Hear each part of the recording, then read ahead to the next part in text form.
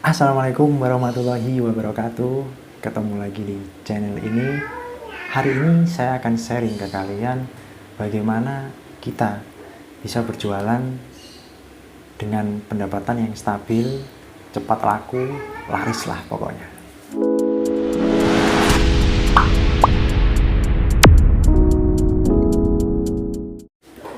Strategi ini bisa kalian pakai di Shopee, di Tokopedia, ataupun di jualan dimanapun, karena pada dasarnya hampir sama sih, cuma beda pengaplikasiannya saja. Bisa nggak sih kalau kita jualan tanpa pakai strategi? Jadi kita sekedar upload produk, jual gitu aja tanpa kita mengerti strategi sedikit saja. Ya jawabannya bisa-bisa saja sih, tapi tidak akan maksimal gitu loh.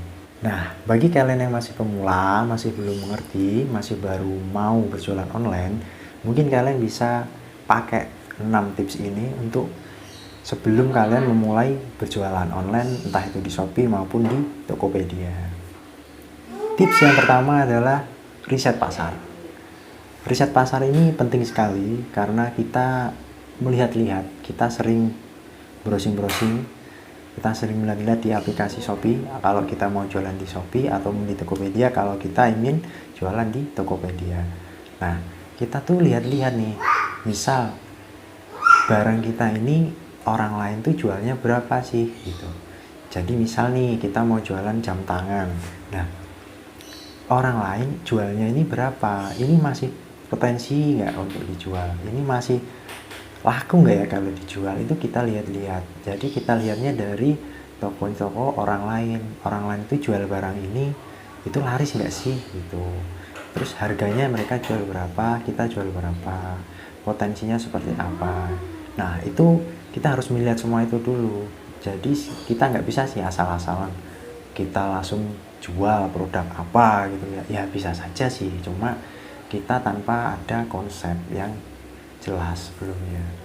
Jadi kalau kita udah tahu riset produk, maka ya minimal kita lihat-lihat dulu lah saingan kita siapa, jualannya itu kayak gimana strateginya, lalu harganya mahal atau murah. Seperti itu harus kita lihat dulu sih, ini masih laku nggak ya apabila kita jual juga barang yang sama gitu. Kalau kita tidak melakukan riset produk, dampaknya itu apa sih?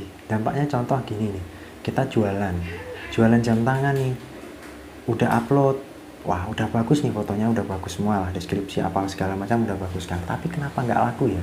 Nah, kalau kita tidak riset sebelumnya, maka kita nggak tahu ternyata produk kita itu mungkin terlalu mahal atau terlalu murah malahan, karena akhirnya orang nggak percaya ini barang ini asli apa enggak nih, beneran apa enggak nih. Nah kita nggak tahu itu, ternyata orang lain tuh jualnya segitu, kita ternyata kita kemahalan, atau kita kalah promonya, kalah promosinya, dan sebagainya. Tips yang kedua adalah fokus dulu pada satu jenis produk. Maksudnya kalau kita mau jualan tas, ya kita jualan tas-tas dulu aja. Kalau kita mau jualan jam tangan, ya kita jualan jam tangan aja. Jangan kita campur jualan jam tangan, jualan apa itu, jualan yang lain lagi, misalkan jualan sandal, jualan lagi jilbab, lah akan tercampur aduk jadi satu. Nah, untuk melihat itu kita bisa memperkirakan dari diri kita sendiri ketika kita akan melakukan pembelian online. Jadi misalnya nih kita mau beli barang. Kalau kita melihat sebuah tokonya nih campur aduk nih, ada jual keju, jual tepung, jual jam tangan, jual apapun tuh ada. Nah, dan itu tokonya masih baru gitu loh, belum ada reputasinya, maka kita pasti mikir-mikir untuk beli di toko itu gitu loh. Nah, oleh karena itu sebisa mungkin kita jual satu jenis produk dulu. Dan kalau bisa nama toko kita juga ada identitasnya lah. Kalau kita mau jual tas, ada nama tas-tasnya. Kalau kita mau jualan jam tangan juga ada jam tangan atau arloji, ada kata-kata yang menunjukkan kalau toko kita itu memang menjual jam tangan gitu. Kalau kita menjual peralatan rumah atau apa, ya kita kasih nama toko kita itu ya ada kata-kata home-nya lah, atau home decor, atau home apa, seperti agar pembeli itu yakin gitu loh kalau memang toko kita ini beneran. Tips yang ketiga adalah unik. Ya, kita pilih produk yang unik. Unik bukan berarti produknya orang lain nggak jual itu. Ya, mungkin kalau punya yang produk seperti itu nggak apa-apa sih. Cuma unik di sini kita bisa sama dengan saingan kita.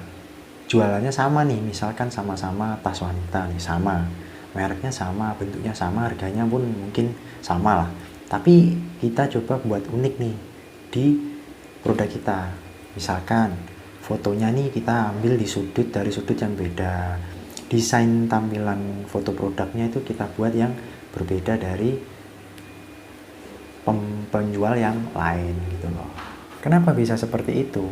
Contoh lah kita lah, ada produk nih, kita mau beli misalkan tas nih, tas wanita gitu ya.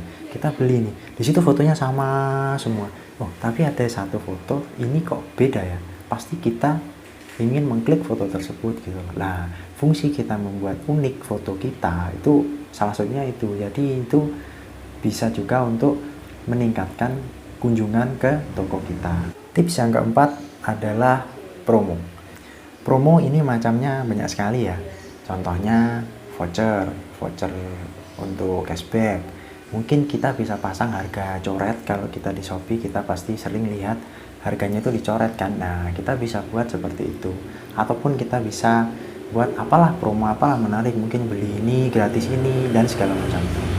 Intinya promo ini macamnya banyak sekali ya. Kalian bisa coba-coba mana sih yang cocok untuk toko kalian. Misalkan bisa beli satu gratis satu, mungkin beli ini kita bundle jadi satu, mungkin beli dua gratis satu, mungkin kalau beli dua harganya lebih murah, dan promo-promo yang lain.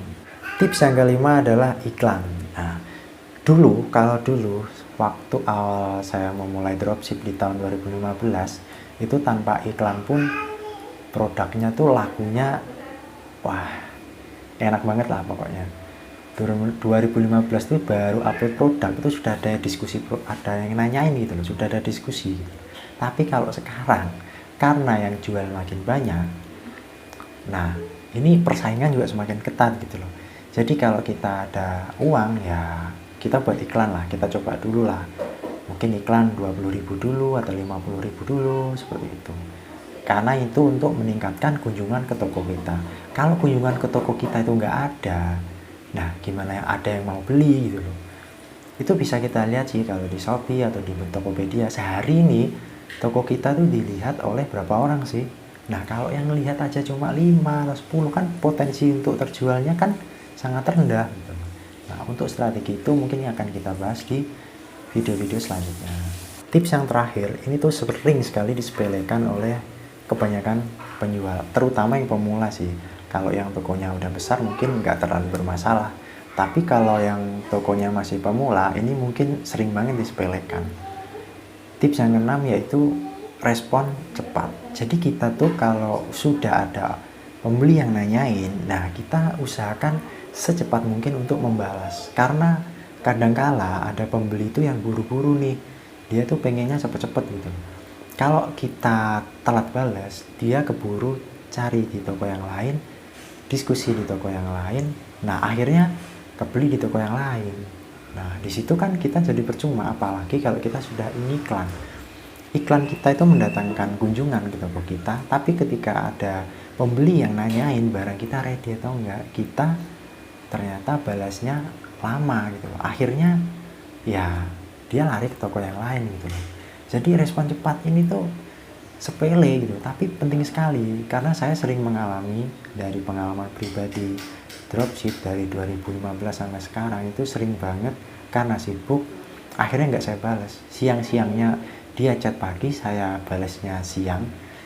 Ketika saya balas dia bilangnya oh maaf kan sudah beli di toko yang lain. Nah itu kan mengecewakan sekali gitu. Apalagi kalau iklan, kalau kita ngiklan tuh lah kita harus maksimal juga nih. Jangan sampai kita udah iklan udah datangin kunjungan ke toko kita banyak yang nanyain, kita balasnya telat. Nah itu bisa percuma banget sih itu. Nah itulah tadi 6 tips agar toko kita laris, terutama bagi pemula yang baru memulai untuk dropship ataupun jualan online. Nah, 6 tips itu bisa kalian gunakan, terapin di toko kalian. Semoga toko kalian laris dan banyak pembelinya. Oke, sekian dulu video kali ini. Semoga bermanfaat. Semoga toko kalian laris semua, laku semua, banyak penjualannya. Dan yang baru memulai semoga mudah dalam memulai, nggak ribet-ribet amat, nggak merasa sulit, dan cepat bisa dapat orderan. Untuk video-video yang lain, strategi-strategi yang lain, kita akan bahas di video selanjutnya. Jangan lupa subscribe ya.